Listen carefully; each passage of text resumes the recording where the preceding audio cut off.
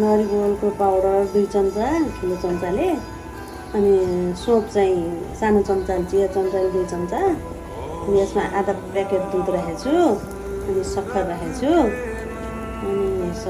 छु, गहुँको पिठोमा खुवाउँदैछु।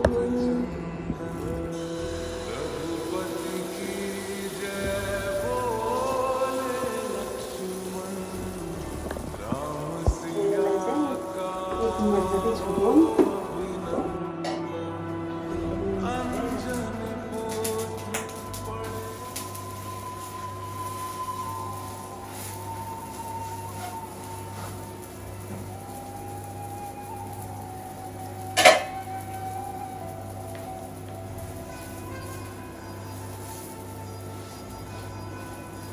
एक मिनट भयो,